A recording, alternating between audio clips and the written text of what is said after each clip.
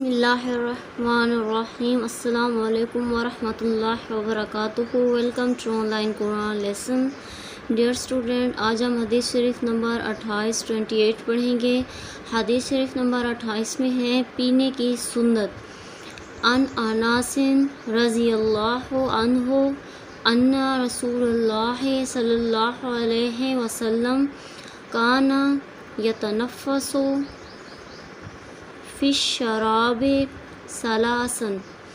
بخاری و مسلم۔ ترجمہ ہے، تحقیق رسول اللہ صلی اللہ علیہ وآلہ وسلم پینے کی چیزوں میں 3 سانس برتن سے باہر لیتے تھے، یعنی 3 مرتبہ سانس لیتے تھے۔